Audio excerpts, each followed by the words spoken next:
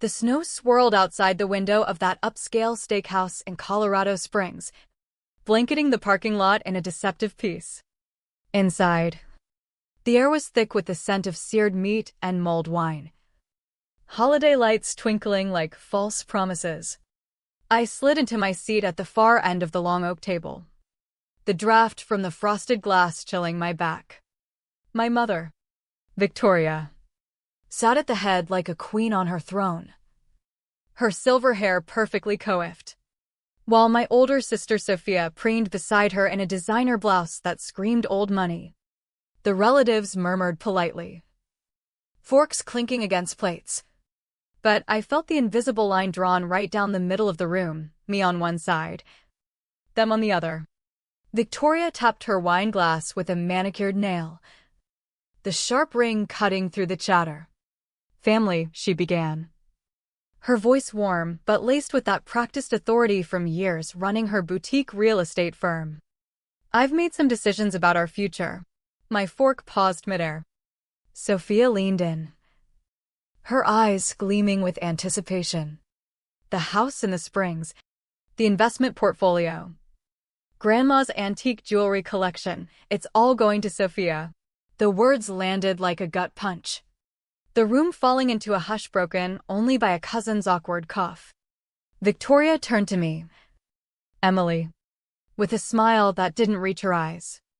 "You've got your tech job in Denver, your independence. You don't need these burdens." Burdens? That's what she called the family legacy? I swallowed the bile rising in my throat, forcing a nod as Sophia's smirk flickered across the table.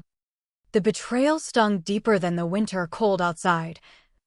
A quiet knife twist in a room full of witnesses who pretended not to see. Dessert arrived on silver platters, but the sweetness turned sour in my mouth. Sophia held court, regaling everyone with tales of her latest fashion show in New York, her voice carrying effortlessly while mine might as well have been muted. A bread basket skipped my spot again, the server orbiting the head of the table like planets around the sun. I reached for it myself, my hands steady despite the rage simmering beneath. As gifts were exchanged, Sophia unwrapping a vintage pearl necklace with theatrical gasps, me handed a generic scarf from a discount bin. I filed away every glance, every omission. "Thank you," I said evenly, folding it away. They expected a scene, tears or shouts to paint me as the ungrateful one.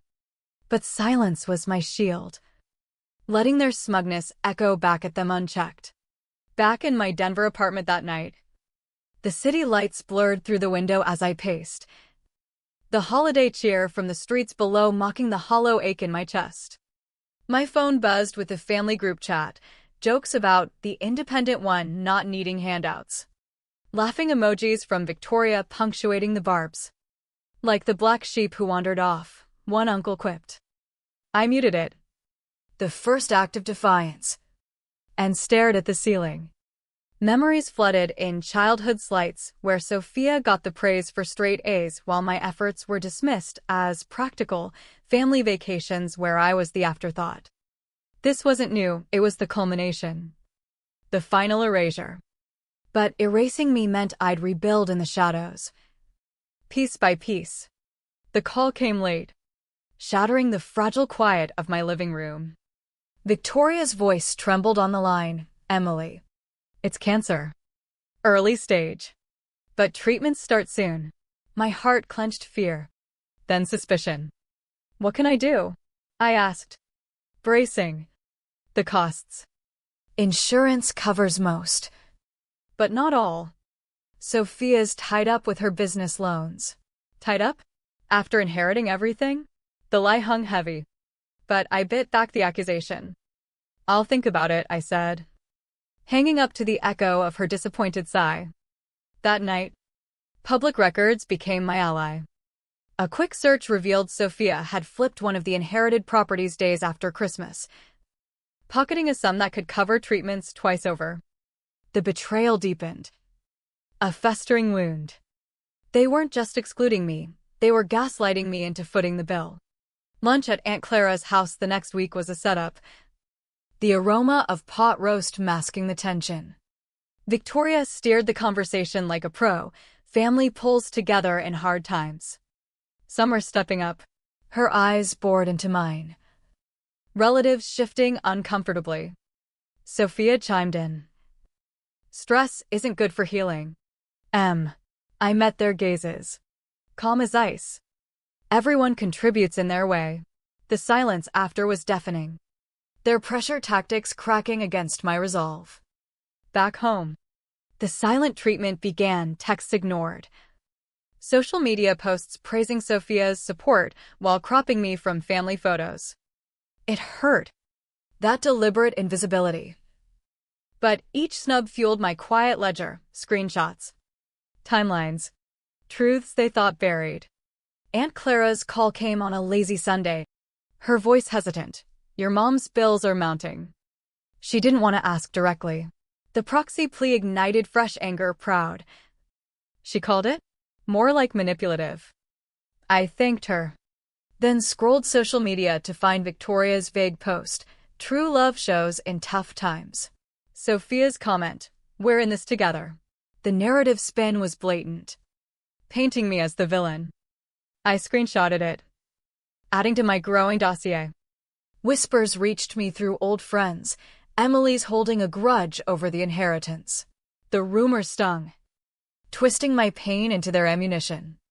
But pain sharpened my focus. I wasn't reacting anymore. I was planning. By February, the ledger was ironclad. Bank statements confirmed the gift, transfer to Sophia post-sale, no loan. Pure favoritism. Then, in Dad's old desk drawer, I found his notarized letter from years back, stipulating equal shares for his daughters, naming that very property. His voice echoed in the words, fair, unwavering. A counter to Victoria's rewrite. The discovery hit like a lifeline, pulling me from the emotional quicksand. Armed, I walked into the oncology ward, folder in hand. They were huddled with the doctor. Sophia declaring, my sister will handle payments. I stepped forward, no assumptions here. In the consultation room, I laid out the evidence, the transfer, the letter. Victoria's face paled. Sophia stammered. Complications. But the truth stripped their facade bare. Relatives overhearing the unraveling.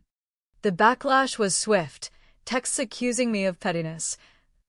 Cropped photos erasing my presence. Sophia's DM, you embarrassed us. I replied curtly, truth hurts. Rumors flew, church whispers labeling me spiteful, but cracks showed. A cousin confided. They admitted the sale privately. Each slip bolstered my case. When Quinn, an old school friend, spilled more overheard denials, I knew it was time. I posted it all online, the emails plotting the estate shift pre-Christmas. The records. Dad's letter. Silence hides complicity, I captioned. The internet erupted support from outsiders.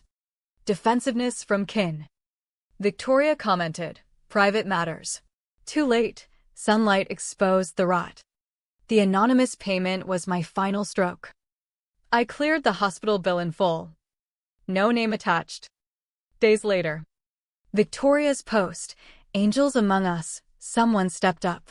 Sophia, family prevails. Their unwitting gratitude was poetic justice. I visited one last time. Bag in hand. Bills paid. Take care. Victoria's eyes searched. You. I smiled. Doesn't matter. This is goodbye. Walking out. The weight lifted, no triumph. Just closure. They'd pay the emotional price of their choices, while I claimed my freedom, unburdened by their games. In the end, revenge wasn't loud. It was the quiet reclaiming of my worth.